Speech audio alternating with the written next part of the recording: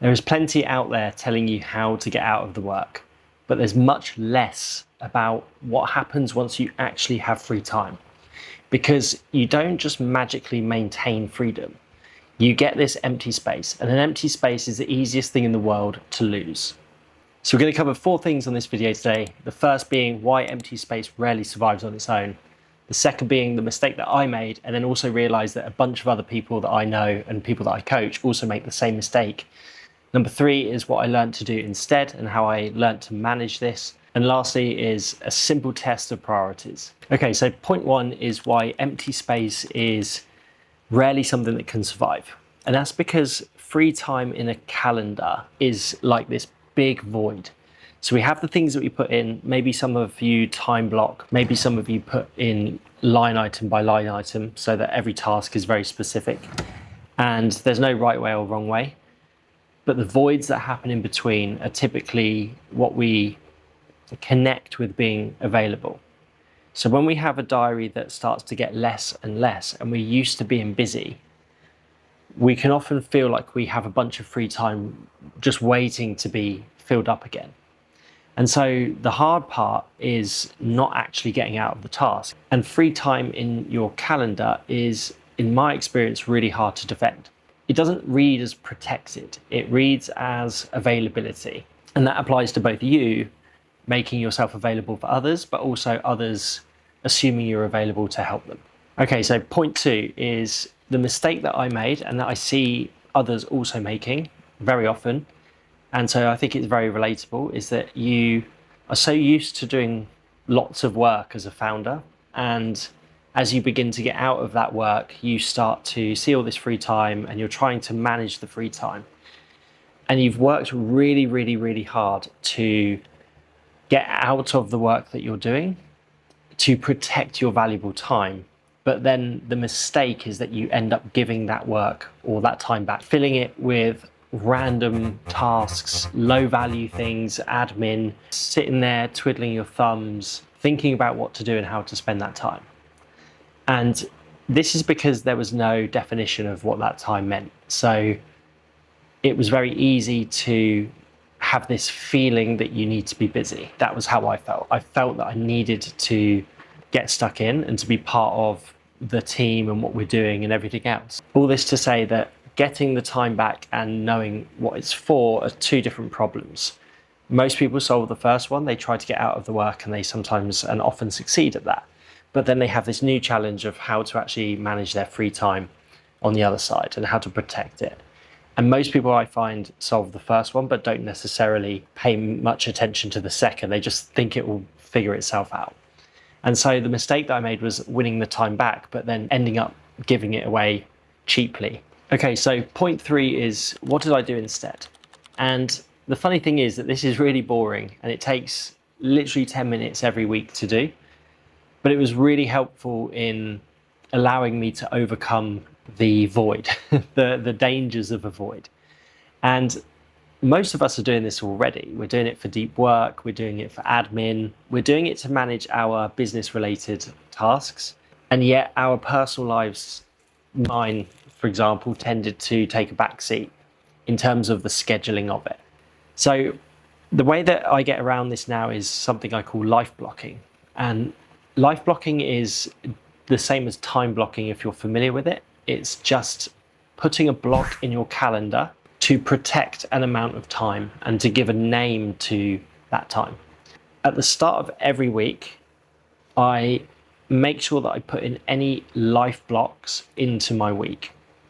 And then all the work stuff that I do kind of fits around that. But let's say that I was going to the harbour for a walk with my wife or my family on a Wednesday afternoon. Now, that would go in my diary. If it was planned, that would go in my calendar as a block. Because then I know on a Monday, I know that on Wednesday afternoon I've got something on. Which means that time for me is protected because it's already defined. It's not a void and it's not empty space in my calendar. It's this time that I'm using for something I consider valuable. And valuable time for me is free time. Free time away from work, free time where I can choose to do what I want to do.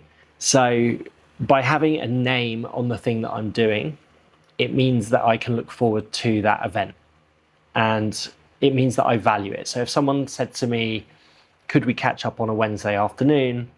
I'd have two options. I could immediately say, no, unfortunately, I'm not available because I can see the block in my calendar.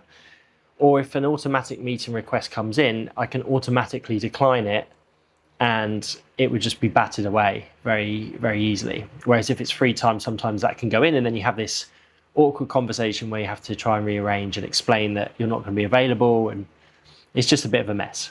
And so life blocking is really just time blocking, but pointed at your life instead of your business. It's one way of ensuring that you protect the free time that you've worked really hard to earn. And I would just say also that even if you don't have a plan for that time, even having a block of time that says do nothing is more powerful, in my opinion, than having a blank space in your calendar, because doing nothing is also good. Okay, so lastly is the test. And the test is really simple. It's to put a name on your free time, as we've just covered, to define what that free time is, and to stick with it. And it's a really easy way to actually see what your priorities are and to see whether you've got some discipline or possible weaknesses with saying no. It could be a few things. And by being able to stick to it, you know that you've prioritized your free time and you haven't given it back in a cheap way like I did. And sometimes with the free time that you have for your kind of life blocking, yes, if you have a partner that you want to spend time with, or family or friends, that can make things easier. But sometimes if it's just you and it's just your free time, it's very easy to slip back into work and to find an excuse or a guilt as to why you want to go and fall back into the work that you've already worked really hard to get out of. And if you do this, you end up in this loop where actually getting out of work becomes really, really, really difficult. The best thing I could say is test yourself and just do the thing that you said you were going to do. The key is this, right? Don't wait until you've earned a clear day or a clear week. Every time you claw back an hour and you delegate the thing that you were doing to somebody else, you block out that hour using a life block and you put a name on it and you make sure that you protect that time.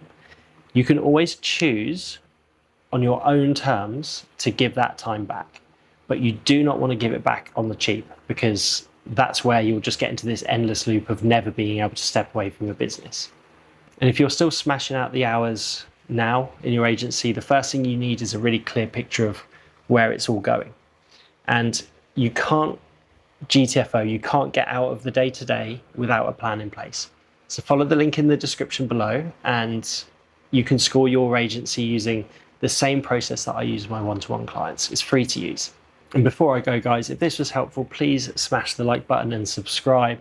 I'm a new channel trying to build traction, so every like, every subscriber gives me the support and tells me that these videos are worth doing. So other than that, I'll see you soon for more agency insights on the next video. Cheers.